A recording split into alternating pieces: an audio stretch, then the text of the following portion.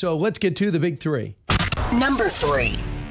There's a list of issues that we asked people what they felt about. The president is underwater in all but one, and that one is the border. So there's a lot of work to be completed, which if done successfully, I think would dramatically elevate his current approval rating. Yeah, I would not worry about it, but the poll numbers are not great right now, 100 days in. I think for Trump, when you want to do big things, a lot of times it takes restructuring, it makes people uneasy, and we're talking tariffs. Massive restructuring of the economy and our trade relationship, and the latest on movement with China.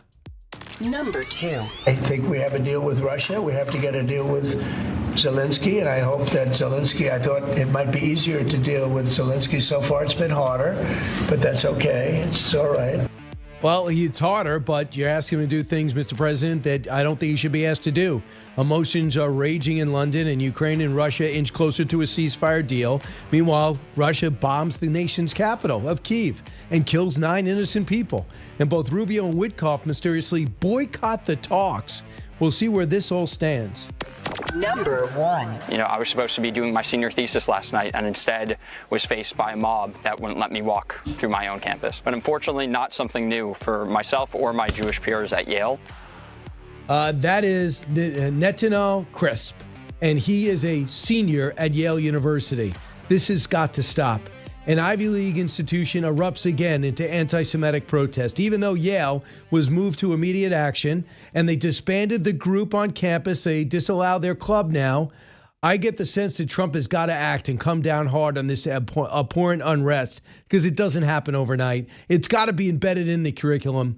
We have the latest, and you'll hear from a Jewish senior himself sometime within this Thursday broadcast. Let's go to Marc Thiessen, Washington Post, chief speechwriter for Bush, and Fox News contributor. Marc, can you believe this happens at Yale? And did you see the masks on the faces of the students? And on camera, junior students get repelled even after all this unrest at Harvard and Columbia? Yeah, well, I'll tell you, if it wasn't for Donald Trump, they wouldn't be disbanding Students for Justice in Palestine on the campus. Yale is looking at Harvard and Columbia and saying, yeah, we don't want to go down that path. But first of all, why are these people allowed to protest in masks? Why are you allowed to hide your identity?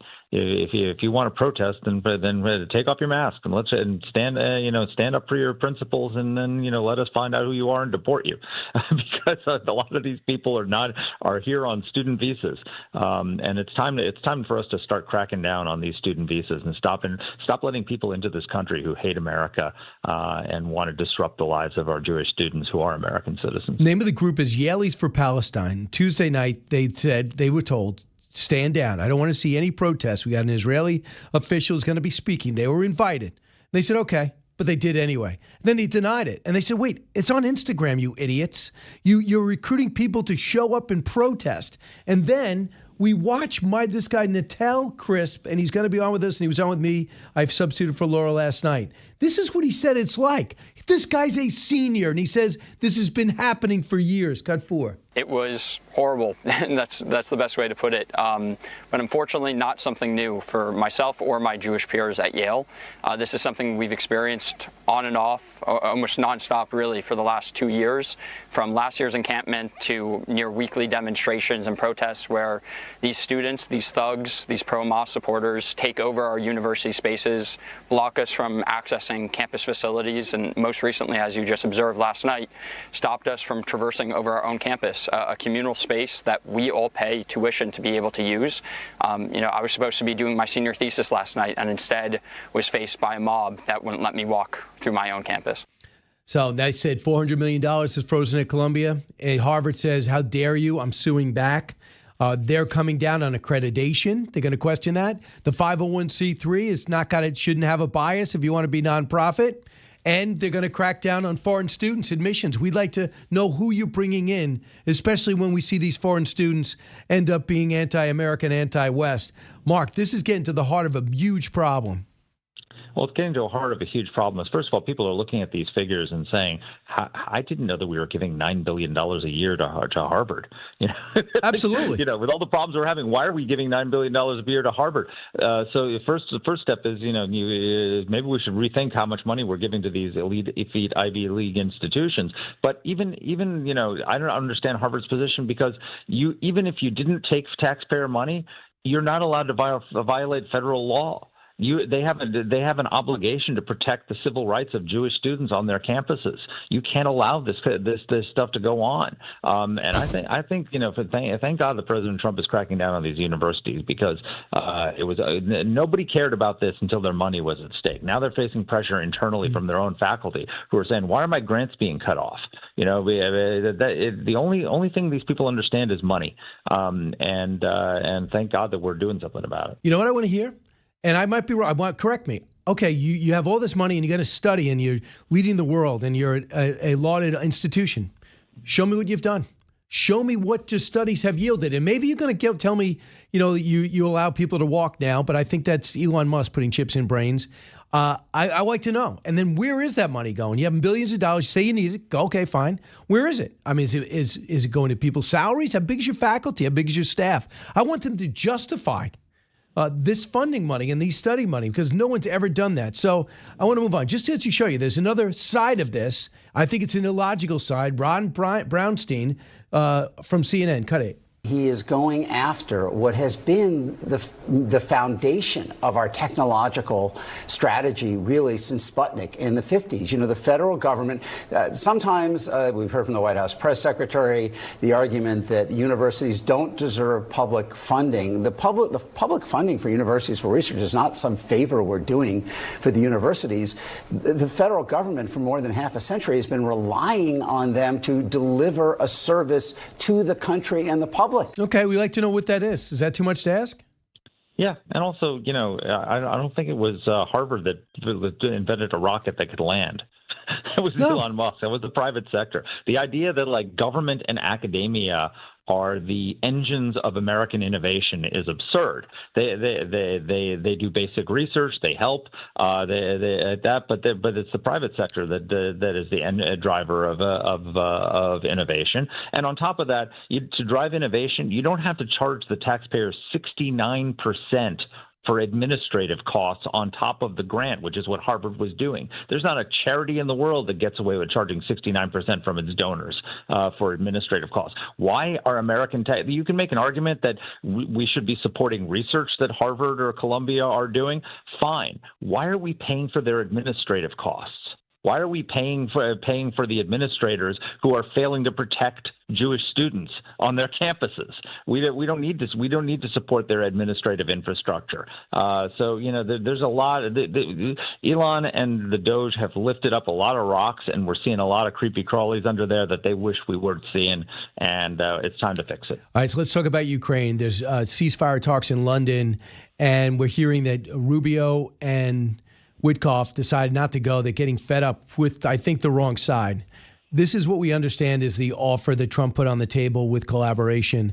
Russia would get formal U.S. recognition of Crimea, de facto recognition of Russia's occupied 4 regions in eastern Ukraine, lifting sanctions to boost Russia's economy, opportunities for more economic development.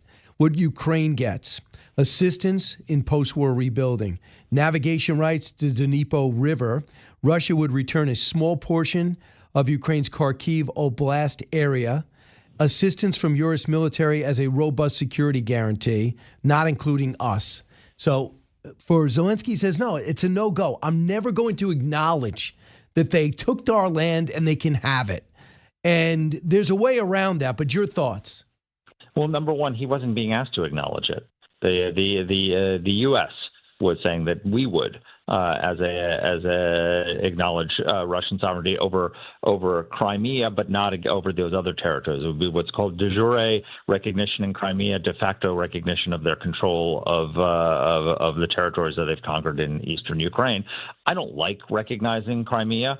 I don't think that's a good idea. We never recognized, Russia's occupation of the Baltic states during the entire Cold War. We did recognize East Germany, so we recognized the communist takeover of half of Germany at some point. So, I don't understand why that would be a deal breaker for Zelensky when you would be getting security guarantees, rebuilding. There would be compensation for all the damage that was done to Ukraine, and you'd have peace and a chance to have a minerals deal with the United States and all the rest of it. So but here's the problem: is that Zelensky keeps miscalculating, because what his answer should be, yes, in principle, but we need to negotiate some of these details, but we're very happy with it. The U.S. is putting a proposal on the table. Let Putin reject it.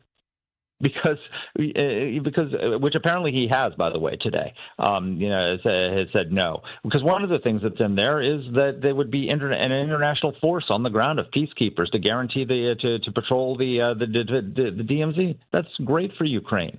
I think what Trump should do is, in addition to this, is offer them an arms sale package. Not aid, but sell them weapons. The Ukrainians want to buy 10 Patriot systems. Let's sell it to them. It's great for us to have a foreign military. Absolutely, arm them up. Yeah. Arm them up, because the only way. Here's the danger for Trump, right? So Ukraine looks at this and they say, when Obama was president, Russia invaded. Then Trump came into office and they stopped. Then Biden came in and they invaded again. So what's to stop Russia from invading 4 years from now when Trump leaves office, especially if he's succeeded by some weak president like Obama and Biden? Russia could take a 4-year pause to rebuild its military, to strengthen its economy with the sanctions relief, and then start this whole thing all over again.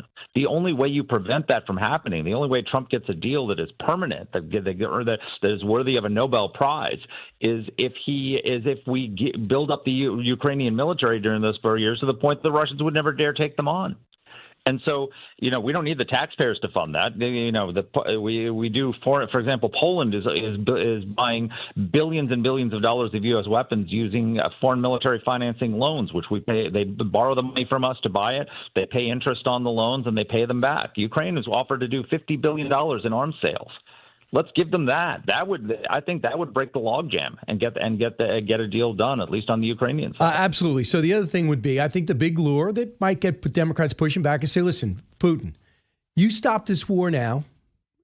And you stop this war now, we'll re-engage economically. We'll put you back on the SWIFT system. Those are some of the things we could use as levers. And if not, we're going to hit you with the X, Y, and Z sanctions.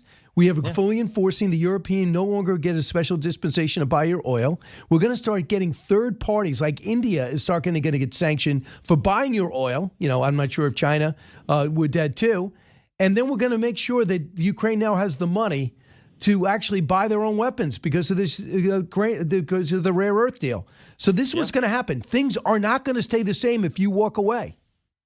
Exactly. I mean, that's the peace deal in a nutshell. That's how you end this thing. And you force the Russians to the table. I guess what I don't understand is that the Ukrainians have said, like 44 days ago, Zelensky said, "I'm for a unilateral ceasefire, for an unconditional ceasefire," and Putin is refusing. At some point, there have to be some consequences for Putin. Putin is the obstacle to peace. What turned Trump on Zelensky was he sensed that Zelensky didn't want peace, and he's going to go after anybody he sees to be an obstacle to peace. Since the Oval Office meeting, Zelensky has been saying, we want peace. He's agreed to stop fighting while we negotiate a deal, and Putin's the one who continues to fight the war. At some point, Putin's going to have to either decide either I'm for peace or I'm against peace, and live with the consequences. It's going to be interesting. And lastly, with the Iran talks, are they on the right track? I don't know. Witkoff said, well, our position is disarmament, but we could, do reduced enrichment. Giving away the store before the negotiations talk. It's basically there's two options here. Either there has to be I think he since amended that, by the way. He got tougher. That's a big mistake. Here's the options. A Libya-style deal in which the U.S. planes land in Tehran, load up all the enriched uranium, all the centrifuges, and take it back to Oak Ridge, Tennessee, the way we did with the Libyan nuclear program, and then we don't bomb you, or we bomb the hell out of you, and we destroy it. Those should be the only options on the table for the Iranians, and anything short of either of those options is not good enough. Yeah, I mean, I saw what Fetterman put out last night. Basically, don't listen to them. They can't be trusted. Bomb them. Yeah. I know it's simplistic, but I really don't after 40 years of going through these gymnastics and knowing what they've done to our men and women around the world, but especially in Iraq, I'm wondering how naive we have to be. And they're weaker than they've ever been. They've lost all of their proxies. Trump is destroying the Houthis right now. Netanyahu has destroyed Hamas and Hezbollah. They've lost Assad. Israel has taken out their air defenses and taken out their ballistic missile capabilities. They're strategically naked right now. They won't be for long. They're going to rebuild their air defenses. They're going to rebuild their ballistic missile capability. But we have a moment of opportunity right now where they have maximum vulnerability, which means we need to put on maximum pressure and give them a deadline. You agree to a complete disarmament by date X, or we're taking it out. Marc, I could talk to you for 2 hours and not cover everything. Thanks so much. There's nothing you can't handle. Have a great day. And thanks for inviting me to bring your child to work day. I mean, I really was appreciate your that. Kids are a little old. Thanks, Marc.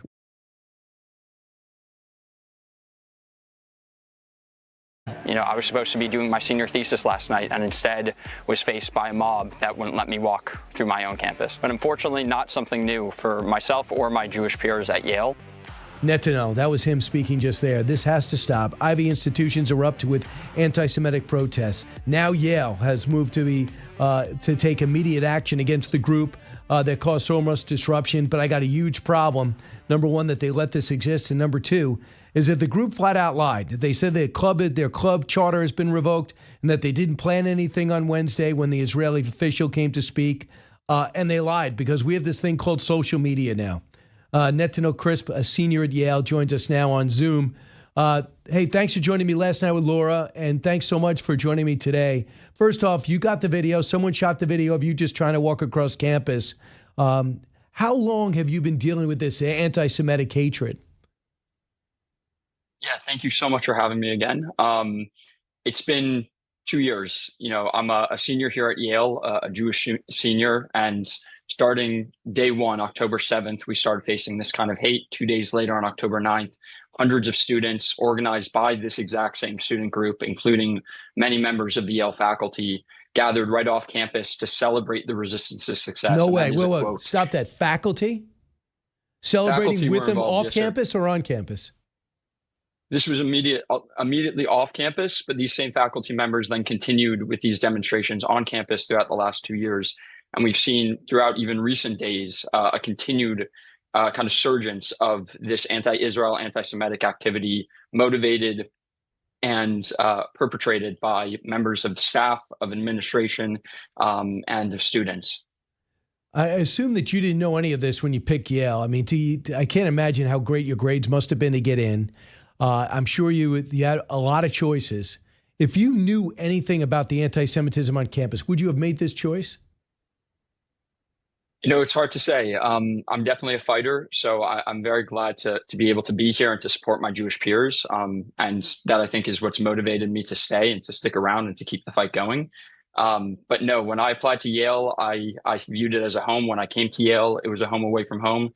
And now it feels much more like an asylum, and the patients are running the show. So it's a crazy scene and definitely not what I expected. So Netanel, are these American kids? Are they foreign students? What's the makeup of the Yaleys for Palestine group? Definitely a diverse combination. We have students from the graduate schools involved, from the undergraduates, a variety of different groups that will merge for these events, also bringing in outside agitators, as we observed with this demonstration on Tuesday night, where it definitely appeared there were a lot of adults who had come in from the surrounding areas, locations unknown. So a wide range of students, many of whom, though, are using both the liberties that exist as U.S. citizens, but also these liberties that are provided to them on the basis of being students on visas, and they are taking advantage of that and trampling over American values in the process. Let me ask something. I mean, the President of the United States wants to look into who these foreign students are. Why are they taking spots away from Americans? I know you have to have foreign students. Of course, I'm not dumb. You need people paying full freight. But I don't think the kid in Indiana or in Portland, Oregon has got to lose his or her spot after doing just to be eligible for Ivies to some kid who's going to come here and create unrest on campus or doesn't really have the grades to get in. Yeah, absolutely. I'm a descendant of proud immigrants on one side of my family, a Mayflower descendant on the other. So I really embody the American dream, having seen kind of and received and been the recipient really of the great work and hard work that my ancestors had to do to allow me to be where I am today. And to put all of this in perspective and context, just acknowledging where these demonstrations are happening. While I'm being blocked and while my Jewish peers are being blocked from walking through our campus, we're looking up and seeing the American flag. This event was being hosted on sacred ground. This is the area that houses Yale's memorial for veterans, with the American flag there having been torn down at last year's encampment and these students having attempted to burn it, having only barely been saved by some of my friends. So this is the area that they are desecrating in the process. And as that flag waves, I watch as all of these values that my ancestors, my great-grandfather who served in World War II, fought so hard to preserve. So you're saying wow. So you said a year ago they took down your flag, they took down the flag, and they were going to burn it, and you helped stop that? My friends did. I'm very grateful. Yes. So let's just go back to the incident. Why were they protesting on Wednesday? Great question. They gave a variety of different reasons, but the main thing is it was the 1-year anniversary of last year's encampment. These students don't need an excuse to be anti-Semitic. They look for any opportunity that they can. It combined with a variety of different events. First and foremost, this is during Yale's Bulldog Days, which is a period of time for 3 days when over 1,400 early accepted students or students that had recently been accepted into the class of 2029 arrived on campus to experience Yale for 3 days. And that's what they were met with. So I watched as this event was happening as incoming first-year students, Jewish students, were witnessing their first kind of incidents of anti-Semitism. And this also coincided with Yom HaShoah, which is Israel's Holocaust Memorial Day. So for both of those events to be taking place at the same time just reflects the degree of hostility that Jews are facing here at Yale. So I understand there was a visit from Israel's national security minister. Was that true? Is that part of the reason they came out? Potentially. They did a second demonstration yesterday. That was an off-campus event that was housed separately, which there was numerous demonstrations for as well. So we saw kind of this combination of all those factors, and that was an attempt by them to shut down that event. They targeted Jewish students and participants who were trying to attend and to leave. I know people who had water bottles thrown at their head there by these protesters. So we just continue to see this violence go unchecked. So Netanel, what is the attraction to the Muslim extremist culture? If I said this after 9/11, you would know you're too young. It would have been great. There was an overexuberance and of anger towards the Muslim community, and that needed to be stopped. I get it.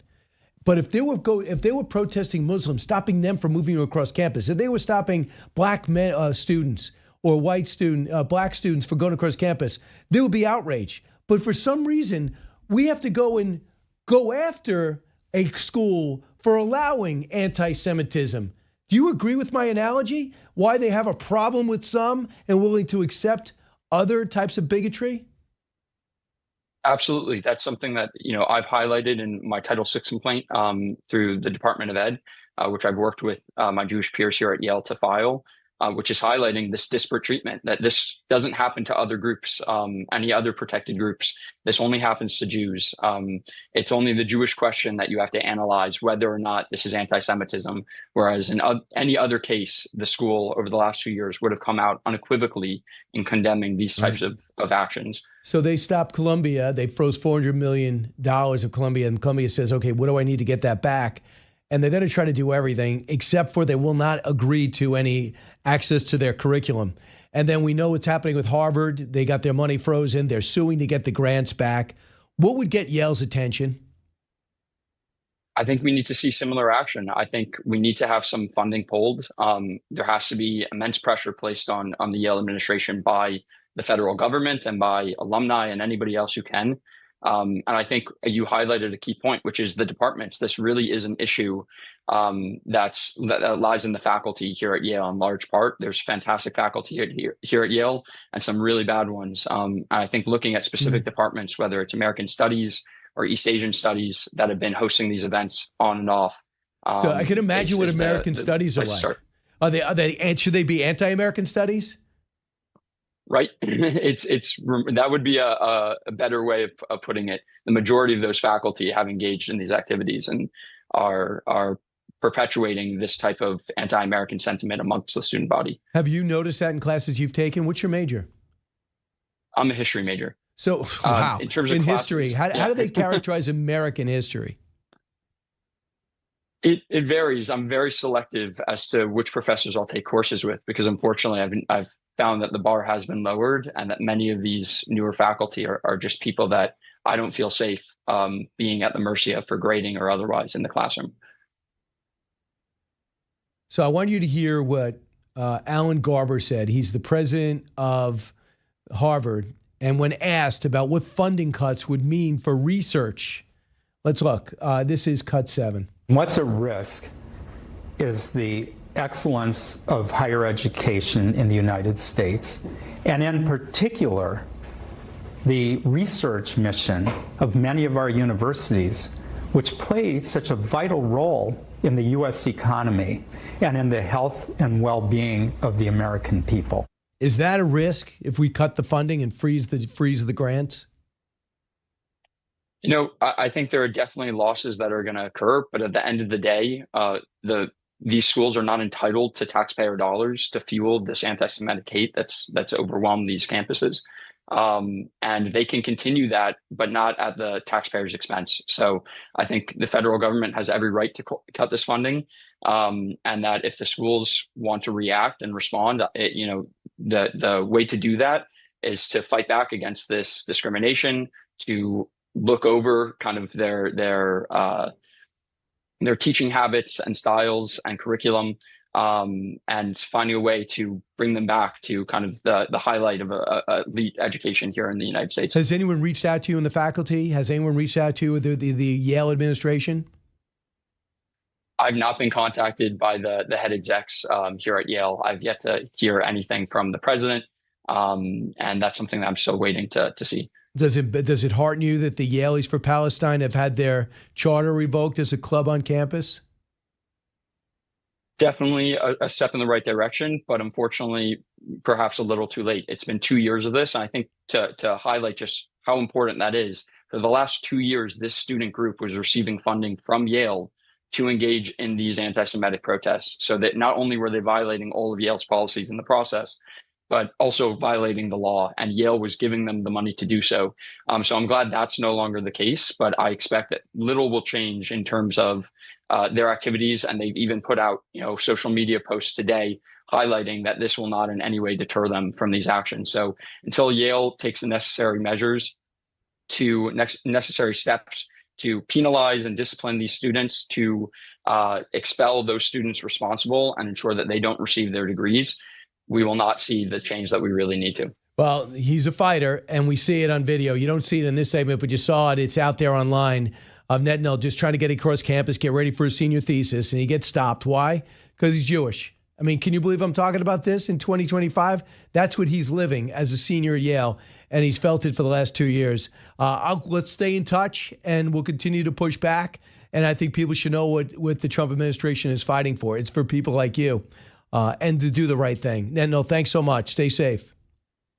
Thank you. Have a good one.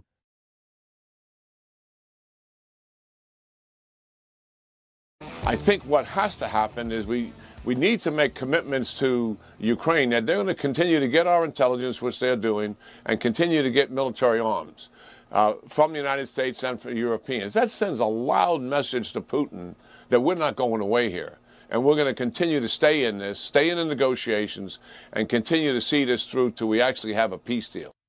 And that is General Jack Keane talking about the talks in London, Ukraine, Russia, how sincere they are. You got to make the judge. I know that Secretary of State not being there, Witkoff not being there, sending a message. That might be part of the negotiation. Michael Rubin, Director of Policy Analysis at the Middle East Forum, also a senior fellow at the American Enterprise Institute, teaches classes on terrorism for the FBI, on security, politics, religion, and history for U.S. and NATO military units, and joins us now. Michael, essentially, your resume says you've seen it and heard it all. Your take on the tactics in London? You know, I'm not sure that this is a good deal. There's two issues here. One, is our goal simply to have the guns fall silent? If that's the case, then any deal works.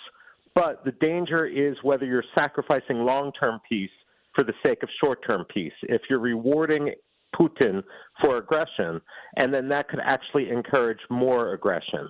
That's where the danger is right now, and that's why Ukraine and so many in Europe are upset. So the president says, look, you're not going to get Crimea back. You're not going to get this areas back. You've been deadlocked for a year. So just deal with in reality, this is how to stop the war. Just stop it here. Well, what I'm reminded of, Brian, is when Saddam Hussein invaded Kuwait, Margaret Thatcher said to George H.W. Bush, "Don't go wobbly on me now, George." The question is, when we look at the way Trump is approaching this, whether that would fit the definition of going wobbly. Back in 1990, there were a lot of people who said, look, Kuwait's not going to be independent again. We shouldn't worry about it. Colin Powell was first and foremost among them, but George H.W. Bush ultimately stepped up. And the question is, if Saddam Hussein had been rewarded with taking Kuwait, would he have gone further? That's the real danger, and that's why so many countries from the Baltic states to Kazakhstan are really worried, as are the Taiwanese, who might see the similar dynamics playing out. Hey, you're not going to get Taiwan back. It's Chinese anyway, so why don't we just accept it? That's the danger. That's the world we're moving into. So the one thing I have to say, that for Russia to think this has been successful is a real stretch. When the doors close and the propagandists are not there, they have to be saying, what the hell did we do? They never in a million years, I don't think, thought they'd be struggling for 3+ years and be pulling people off the streets to join their military, begging North Koreans to help out and Yemenis to fight, wouldn't you say?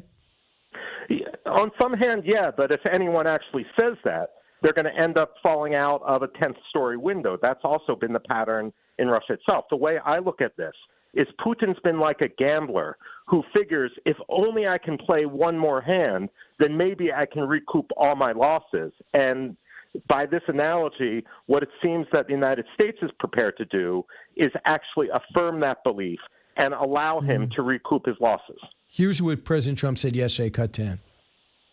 I think we have a deal with Russia. We have to get a deal with Zelensky, and I hope that Zelensky, I thought it might be easier to deal with Zelensky. So far it's been harder, but that's okay. It's all right. But I think we have a deal with both.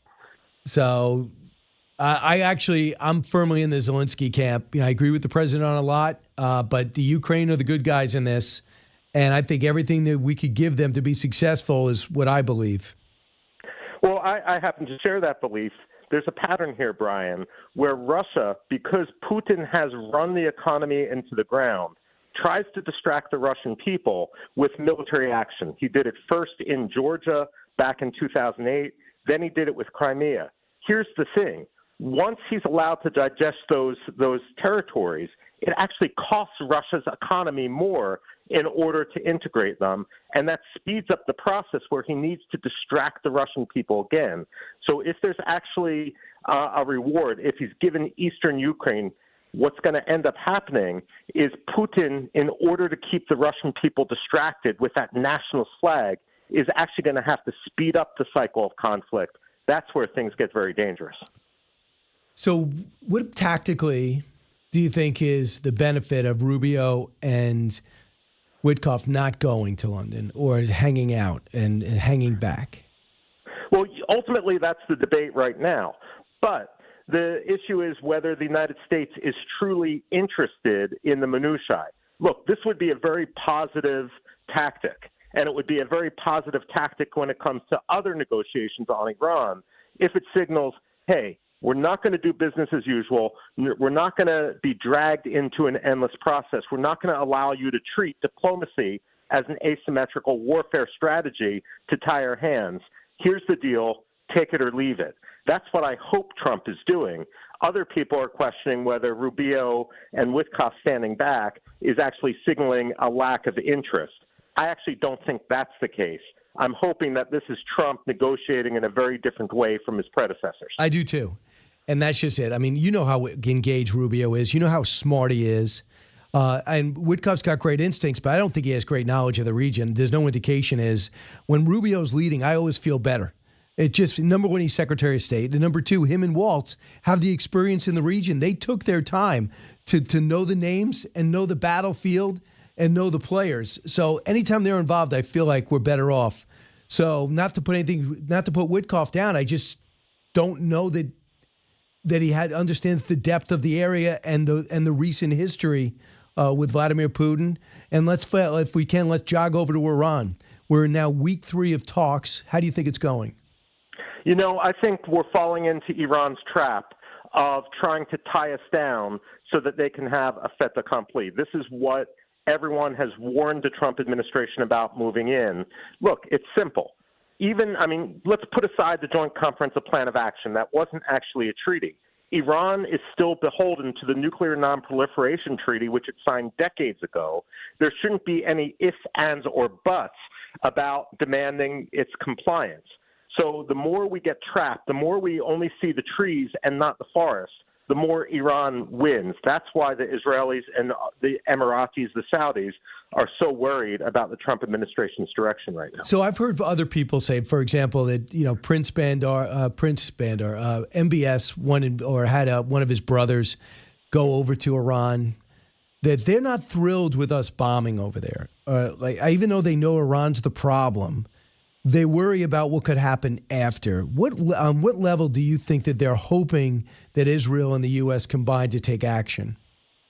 I think they're hoping, put it this way, after Israel, a year ago, April, and also last October, demonstrated that they could hit Iran with surprise and precision, it actually assuaged a lot of concerns within the region. They are worried about stirring up the hornet's nest and not finishing the job. Look, Brian, when you have a hornet's nest, you have two good options. One is you leave it alone. The other is you get rid of it. The worst possible option is you stand underneath it, lightly tapping it with a stick. That's the major fear in the region.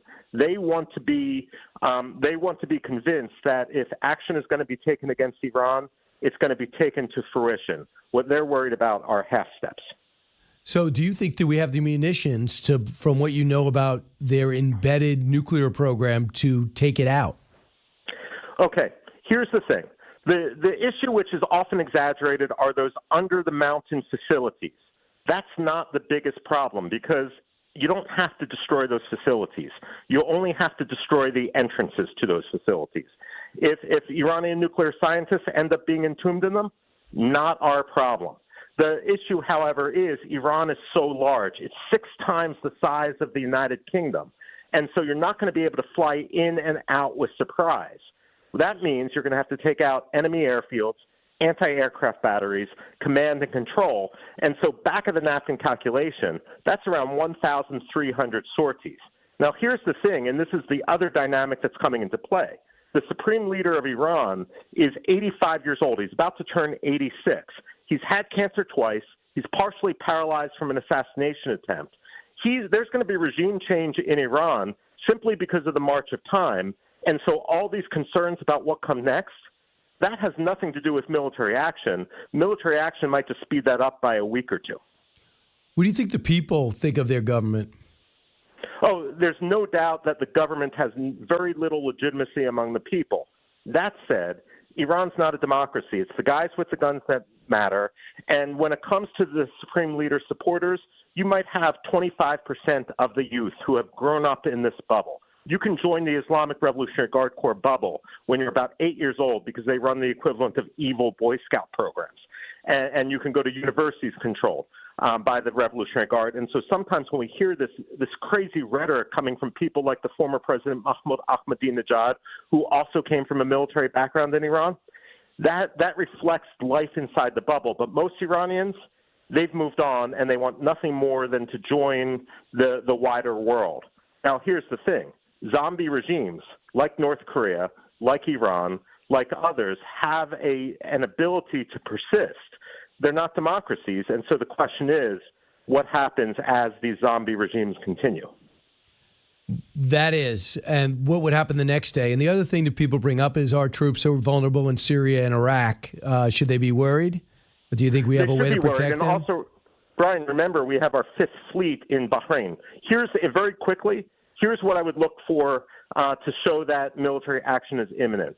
If we withdraw our aircraft carriers from the Persian Gulf, that's a sign that we're getting closer to military action, because if they're 400 miles outside in the northern Indian Ocean, we can strike at Iran, but they can't hit us with their speedboats, their drones, their sea mines, and so forth. That's, as an analyst, what I'm looking at now. Lastly, the State Department is doing a restructuring. For the longest time, what we've always heard about the deep state was defined to the State Department. They do their own thing. They let the Secretaries of States come in. They almost dare them to change policies. A lot of their embassies seem to be almost anti-American, let alone the woke stuff that came in over the last 12 years, where we're sponsoring, non-binary parades in Ecuador. So with the reform going on right now under the leadership of Secretary Rubio, are you comfortable with it? I am comfortable with it. Look, I've talked to Secretary of States, both Republicans and Democrats, and here's the one thing they all have in common. No one trusts the State Department. Instead of relying on the State Department bureaucracy, they all have about 20 aides who they rely upon, and the State Department, they're just like hamsters going on their wheels. The fact of the matter is, everyone acknowledges behind the scenes that the State Department is more geared to the 19th century than the 21st century. There's active debate about how you move on, but you're absolutely right. Without leadership, without constraining that deep state, without trimming that fat, we're going to be in a world of hurt in terms of our diplomacy. But you are worried, and you're right, that you're worried about us pulling back in Africa. Why? Well, what I'd say is that Africa is the real battleground for influence with Russia and China. It's where so many of the rare earths are and so forth. Frankly, it's much more important to have embassies in Africa right now than it is in Western Europe or in Canada, where we have consulates in Winnipeg and so forth. I mean, if we have, like so many other countries, a online presence for visas, for screening and so forth, we don't need to have all these very expensive embassies in places where they really do no good.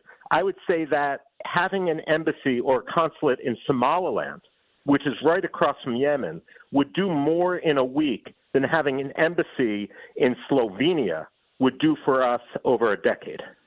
You think Rubio understands that? Or you think he's getting his direction from other people? I think Rubio understands that, but again, A, he's up against the deep state, and B, I'm not sure the Trump administration realizes how we need to engage in places like Africa and Asia.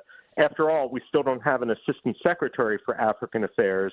That can't keep going if we hope to counter Chinese influence. So the Congo president came and visited us and said, I got a deal for you. You could come and mine our rare earth. Just help us fend off these revolutionaries who want to overthrow the government. What is your thought on that? Well, Brian, I spent last August with those revolutionaries trying to overthrow the government. And before that, I spent time on the Congolese side. The fact of the matter is there isn't a country more corrupt than Congo right now. President Tshisekedi, the president of Congo, may sit on $24 trillion worth of minerals and rare earths and so forth, but I'm not sure that we could ever trust him to be our ally. He really is going down the Idi Amin path or the Saddam Hussein path. And basically, if we give him money, he's going to turn around the next day and say, hey, China, why don't you just give me a little bit more money and I'll rip up the agreements I just got from the Americans. They did sign up for the Belt. They did sign up for the Belt and Road program, right? I believe they did, yes. Michael, unbelievable. Thanks so much for your firsthand, unvarnished account. It's very consequential times. I look forward to talking to you again. Hey, thank you, Brian.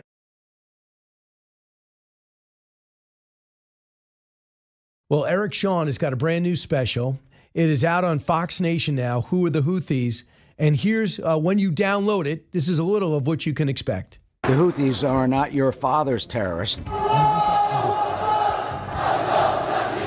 They're becoming more powerful. They are deadly, they are lethal, and they hate us. Much of the world underestimated the Houthis. The civil war in Yemen continues to escalate while foreigners flee. U.S. warships came under attack by over a dozen ballistic and cruise missiles and drones fired by the Houthis. The world was stunned.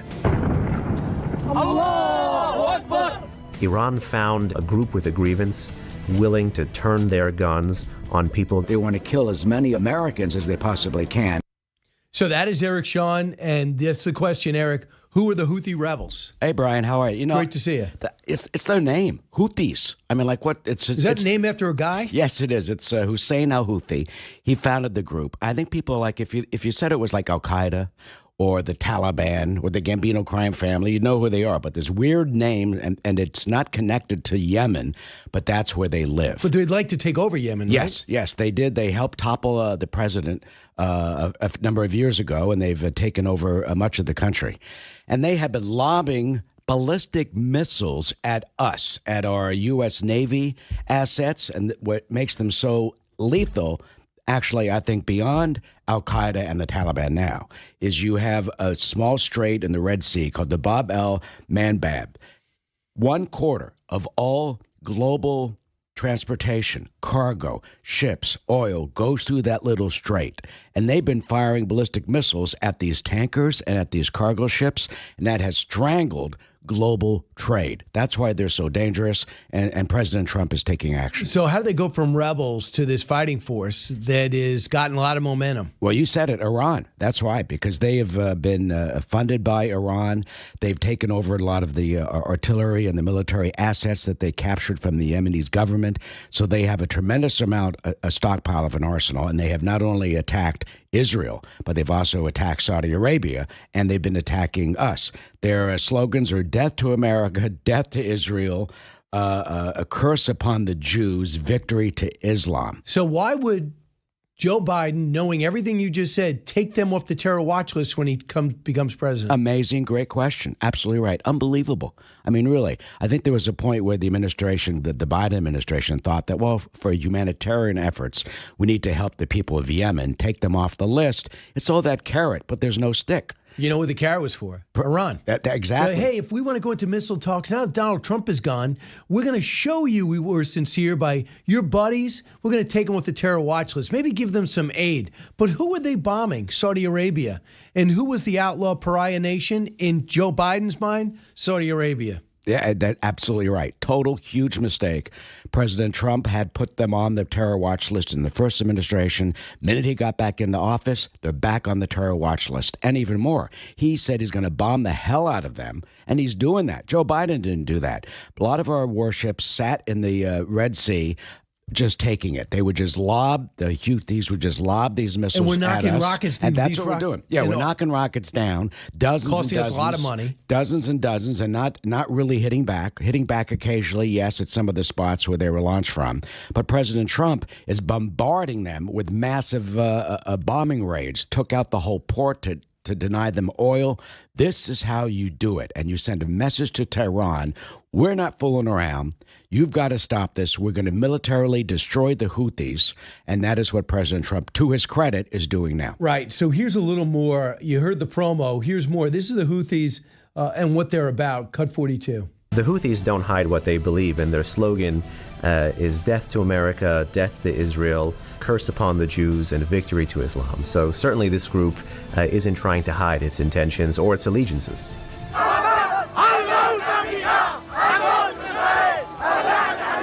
They want to kill as many Americans as they possibly can, as well as wipe out Israel. The Houthis abscond with humanitarian aid. They literally engage in slavery. They fire projectiles on population centers. They also enlist child soldiers, the Houthis. I mean, they are beyond deplorable. So, and they every time they're able to hold us off or strike a ship, they look more, that becomes more attractive for them to get more recruits. Yeah, right? And you know what they're doing that the other groups aren't? Social media. They got TikTok. People around the world, all these kids. Remember the Commando raid? They launched a Hollywood-style Arnold Schwarzenegger, James Bond Commando raid with the helicopter on a ship, and they videoed the whole thing. Whose ship? And it was called it was a Israeli-owned, American-owned, Israeli-owned global venture ship that they took, and then they put it in port. They held the crew kidnapped for about a year and a half, and then they made it a tourist attraction in Yemen. But so people actually came to the ship to take pictures. But the big thing is they put their raid on social media. So they're very sophisticated when it comes to publicity. And so people download this all around the world, and all these young people say, boy, isn't this cool? Look at what they're doing. So we've really got to fight back. Secretary Hegseth's been all over him. Everyone focuses on the signal chat, but what was happening? They're taking real shots at now the leaders there. And they must have somebody on the ground because there was some fear that our intelligence would be compromised by the detail on which was revealed, right? President Trump had a great line the other day when he was asked about Secretary Hegseth's troubles. He goes, how's he doing? He goes, ask the Houthis. That's the bottom line. That also helps you get viewers, right? I mean, Eric, you got a special out for a reason. Here's more of how everybody underestimated this what everyone thought was like a rudimentary tribe, Cut 43. Much of the world underestimated the Houthis. This is a very rugged group. The looking down on this actor as a ragtag fighting force is a mistake by anyone. Houthi rebels, Iranian-backed Houthi rebels, Iran-backed Houthis. The Houthis may be new on America's radar, but their battle is centuries old. And that battle, they're Shia, right? Yep.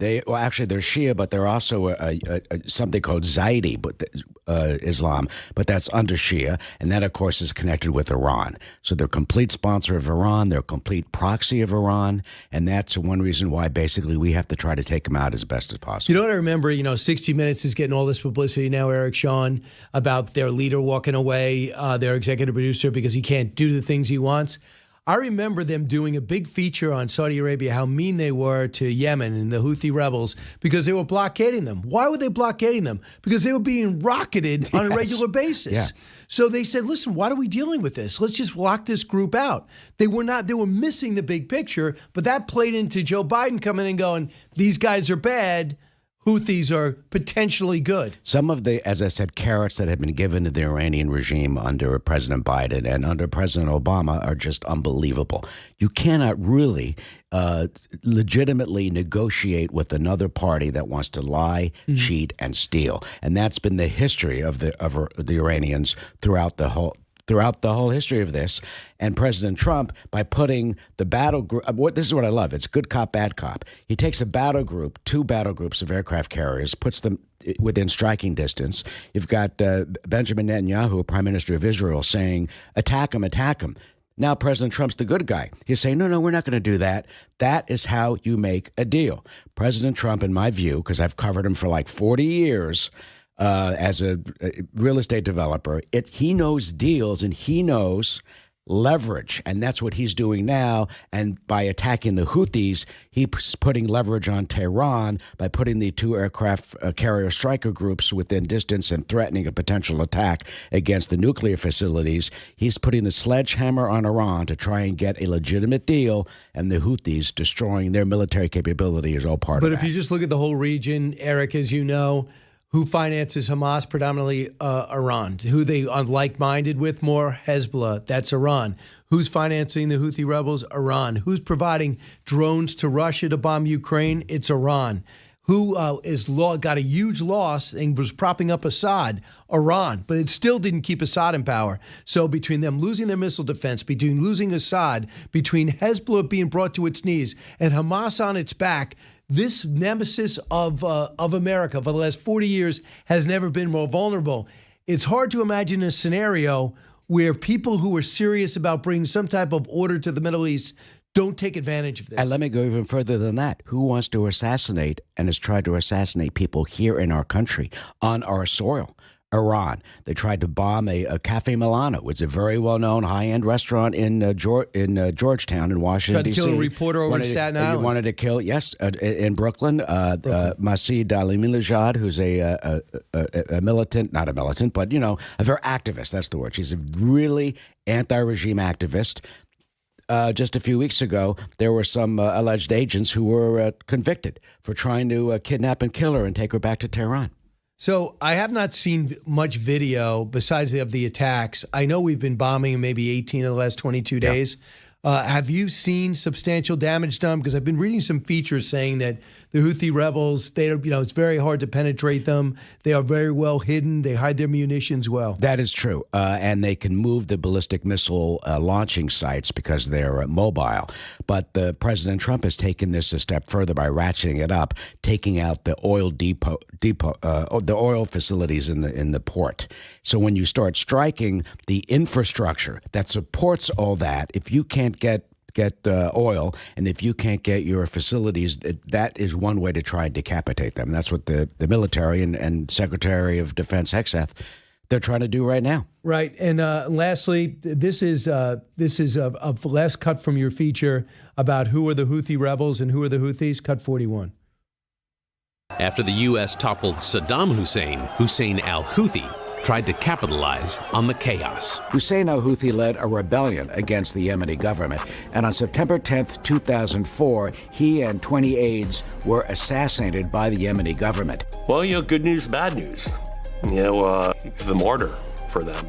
And his death actually vitalized the organization. Hussein al-Houthi became the symbol of resistance against any Western power. And that's when 2004, see the first Houthi rebellion.